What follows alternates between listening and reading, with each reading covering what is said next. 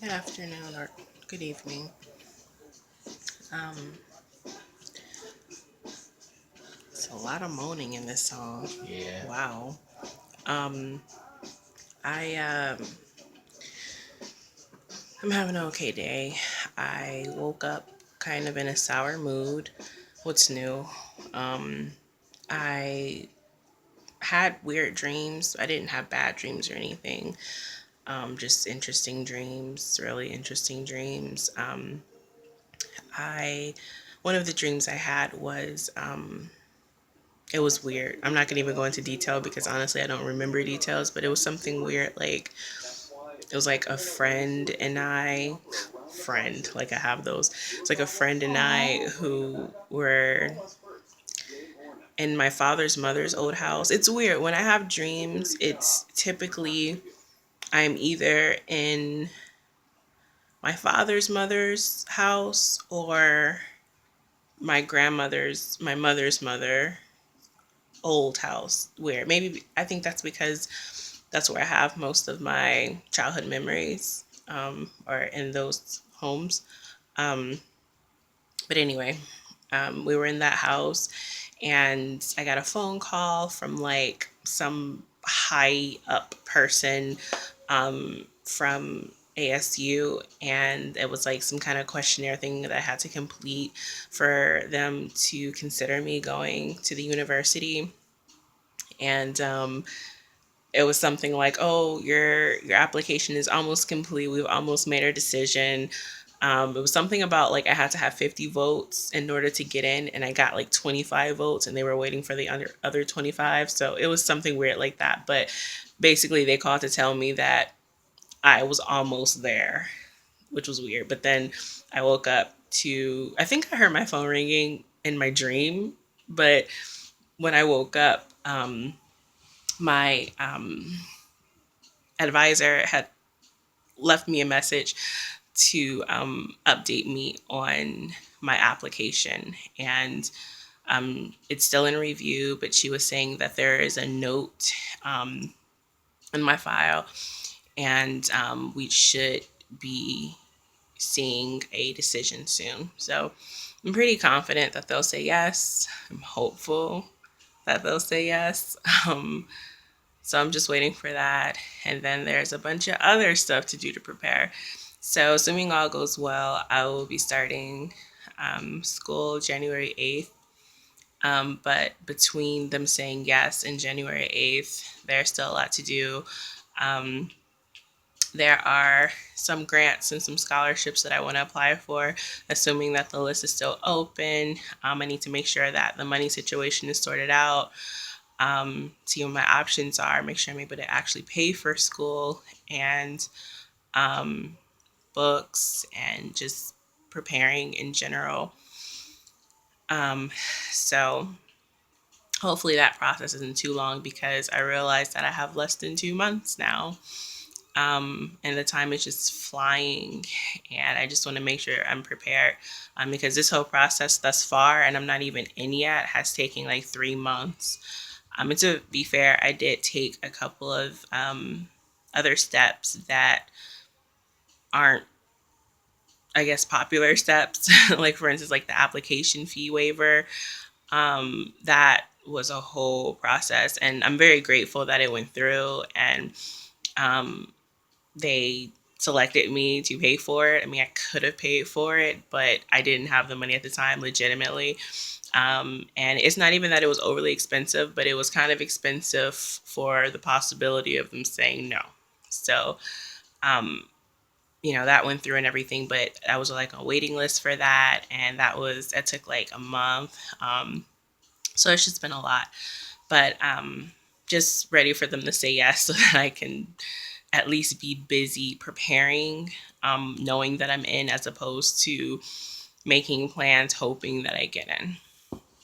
So anyway, woke up this morning, and got that message, which I guess technically is good news, but it was just kind of a hey, still checking in and all that stuff, which is very sweet of my advisor. Um, and what else? I got up and I immediately started cleaning And I finally did my hair. I had been avoiding. I've been so feel like I've been so lazy lately. Like I do what I need to do, but man, is it a chore. Um, but I finally washed and deep conditioned my hair, um, and it's not really done. It's just kind of in two plaits and pulled back. But I needed to at the very least do that and prepare for this weekend, so I wouldn't have to worry about it. What's going And on this weekend? I'm not going to talk about that. So yeah, that's pretty much it. Um, watch some Netflix and just kind of did what I usually do. Nothing special to report. Um, I am still having a lot of problems with my arm. I don't know what's going on with it. I feel like it's getting worse, to the point where like 15 minutes ago I was in the bathroom like doing my night routine, brushing my teeth and washing my face, and um, I went to roll up my sleeve, my robe, and it hurt to roll up my sleeve. And that was kind of a bummer. Like, I mean, I got it up obviously, but it just, it was painful. And it's kind of like the way I explain it to my husband is like, and I guess only a woman would understand this, or I shouldn't say just a woman, but anyone who polishes their nails would understand this. When you like polish your nails, it's like, and you have stuff to do, and you're like being extra careful because you don't want to mess up your nail polish. When the best thing would probably be not to touch anything, but life happens and you have things to do. So while you're waiting for it to dry, you're just being like overly careful. It's like that with my arm. Like I can function, I can do things, but it's always in pain, and even like a slight brush will like hurt. It's like really sensitive, and like I like to exfoliate a lot. So I like every day when I shower, I exfoliate. And I realize that's probably not the best thing to do for your skin, but it works for me. But anyway, I exfoliate in the shower, and it's to the point now where I can't exfoliate that arm, because it's just hypersensitive. So I'll just kind of either go over it extremely lightly or just kind of like lather up the area with my hand, which kind of sucks. And again, it feels like it's kind of spreading. Like I talked yesterday about how it went from like the top of my arm to like now it's coming down to like my forearm, and it's only the inside, by the way. It goes, it's going down to like my forearm, and now it's kind of like spreading to like my armpit, and sometimes I'll even feel it like in my chest. So that really sucks. And I had mentally decided that I was gonna go back to my yoga. I'm not gonna like commit to like, oh, I'm gonna do it 6 days a week or anything like that, but just casually go back to it because I do miss it. And I don't really have an excuse, but I'm a little bit concerned because a lot of the yoga poses and moves that I do, um, require like use of my arms and arm strength, and I don't know if I'll be able to like hold my body weight on my arms the way I usually would be able to. So that's a bit of a concern for me, but I'm gonna try not to let that stop me. And at the very least, if I can't like do some of the moves that I would usually do or would like to try, I'll just have to improvise somehow and just focus on other moves or something. But I do want to become more active. um, so just trying to stay positive in that area and just try to find ways to work around it. um, What do you think it could be? no idea. It literally just feels like a really, really deep bruise. But there, I don't see anything. Like, there's no evidence of anything. I haven't hurt myself to my knowledge or anything like that. I did have a problem with my arm um, a while ago, and it comes and goes now, but it used to be like a constant problem. It The only way I can explain it, it felt like it kind of felt like a constant Charlie horse, but in a large area, I guess, my forearm. And I remember I went to a doctor to ask him about it, and he told me, "Oh, you just slept on it wrong." It's like, No, I did not sleep on it wrong. It's not like I woke up in pain and it went away. This is something I've been dealing with for years now. He was a very douchebaggy doctor, and not very thorough. So he kind of dismissed me, and that kind of sucked. Um, and that never really got handled. And it's not something I deal with often now, so it's not a big deal. But I kind of feel like if I try to go in and explain it, I'll just kind of get that again. I never have the best luck with doctors, like ever. The best doctor that I ever had, her name was Dr. Akins, and from what I remember, she was awesome. And uh, I,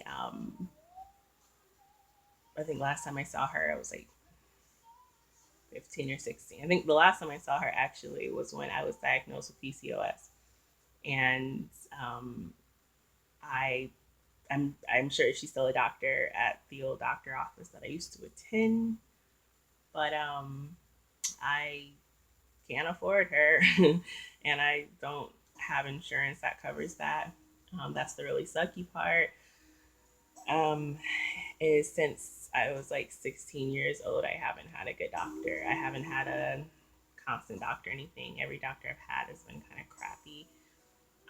So it's really frustrating, for like things like that happens. I don't have a doctor I can call on, and I don't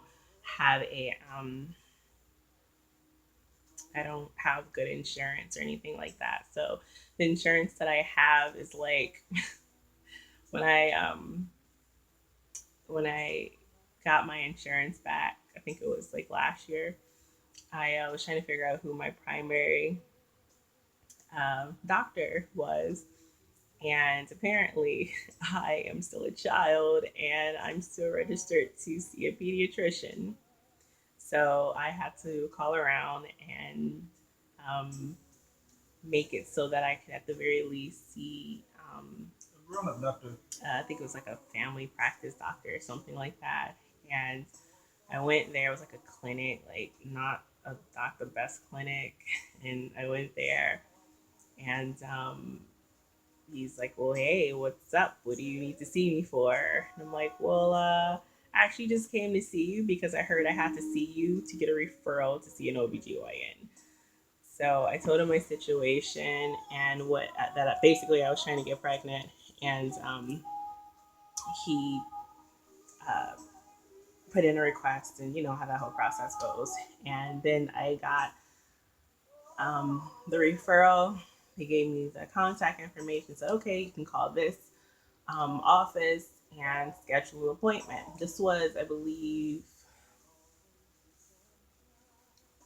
like August of last year. And I'm like excited, like, okay, cool. I have the lease, like, usually for like new patients, it takes about a month to get in, at least in my experience. I'm like, okay, that's fine. So I call and they tell me, and again, this was like August of 2016, they tell me that they don't have any open slots until February of 2017, which was a bummer. That was like the soonest that they could possibly see me. So I took it. I think it was like November 4th or something like that. And then, like, literally, like, no, I'm sorry, February 4th or something like that. And literally, like, February 1st or 2nd, they called and canceled the appointment. It was very frustrating. And we never rescheduled or anything. Um, and I don't even have the contact information anymore. So, just like things like that, it's really frustrating. I don't have a doctor, and I've never had a doctor who was my doctor, who treated me and who knew me. I've always wanted to have a doctor that would follow me. Um, like how people have, like, oh, this person's been my doctor since I was 5, that kind of thing. Like, I mean, I obviously didn't expect it to be like that, but it would be nice to have a doctor who knows Asia, for the things that I don't know. It's like, okay, we know Asia. We know about your condition. We know how to treat you, someone who follows me and who would be able to help me. When I come in to see you, it's us reviewing what we already discussed beforehand, the medication that you gave me, how it's treating me, just, that whole thing. Every doctor I see, when I tell them like why I'm there and everything, or I even mention PCOS, they're like, oh, what's that? And it's frustrating. And I think that's another reason why I want to become a doctor. I realize I won't be like a traditional doctor, but I want to learn more about myself, at the very least teach myself, because I think I know myself the best out of anyone, at least physically. But at the same time, for as much as I know nothing. I know nothing about my body. I know nothing about how my body works, or why I can't get pregnant, or all of these different things. And it's frustrating. um, but hey, that's my life. So just trying to stay positive in that area, and just watch out for like bad signs. Like if something's really wrong, then obviously I'll go through emergency, or something like that. But in the meantime, just kind of roll with it. If something weird happens, which happens often, it's like, well, I'm not dead, so this is just a thing I'm dealing with. So I have almost a completely bruised arm, and there's no evidence of it. I can't explain what it is, or it's from, or how to treat it. It's not something, I don't think there's anything I could put on it, like topical or anything like that. I think it's an internal thing. I don't know. I have no idea. So my arm hasn't fallen off, so I guess that's good news. So anyway, that. So anyway, I'm gonna stop yapping now and go. But I Poor just baby. wanted to come and I really just wanted to come and do my video. Say, haven't done anything. There's nothing really to report, but yeah. So good night.